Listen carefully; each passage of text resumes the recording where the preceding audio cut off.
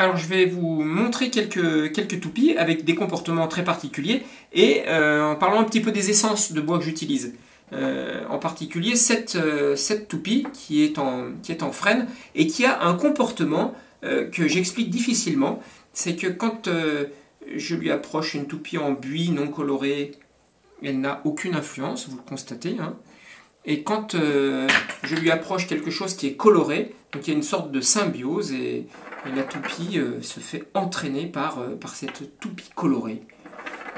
Alors je vous laisse peut-être élucider le mystère de cette toupie. On a ici une toupie qui est aussi en deux composants, de l'érable et de l'acier, puisqu'il s'agit d'un petit ressort qui fait que la toupie sautille.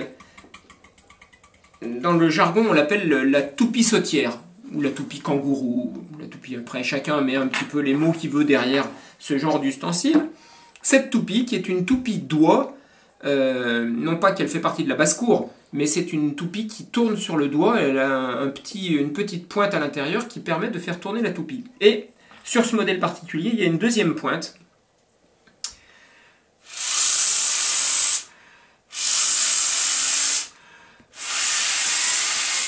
qui me permet d'entraîner la toupie, et elle tourne tellement vite qu'elle reste en équilibre sur cette pointe. Alors ensuite, tout le jeu, ça consiste à l'équilibrer, à la faire tourner droit, pour la rattraper dans la main et la relancer.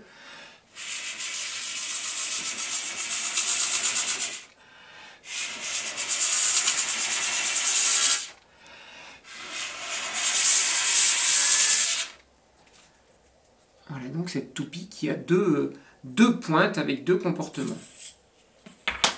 Enfin, cette toupie qui est en érable ou frêne, il s'agit des bois, érable ou frêne. Et je fais tourner la toupie avec une ficelle en polypropylène. Donc voilà son comportement. Elle tourne à quelques 400 tours par seconde, ce qui permet de la rattraper ou de la faire tourner et de mettre en évidence par exemple là les forces de Coriolis.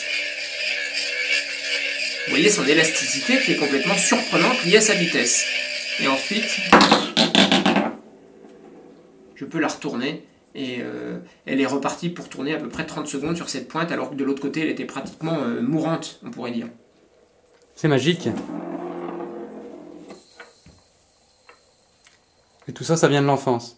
Tout ça, ça vient de l'enfance, une passion d'enfance depuis l'âge de 10 ans qui m'a suivi, qui m'a fait quitter mon métier dans la mécanique et d'ingénieur mécanique pour créer, imaginer. Et finalement, c'est ça pour moi la leçon la plus importante, c'est sortir, ne pas hésiter à sortir des sentiers battus, faire des choses, découvrir. Et là, on découvre un monde, on découvre le monde de la passion à faire son métier, et qui ouvre des horizons, qui ouvre vraiment l'horizon, je pense, pour lequel l'humain est fait.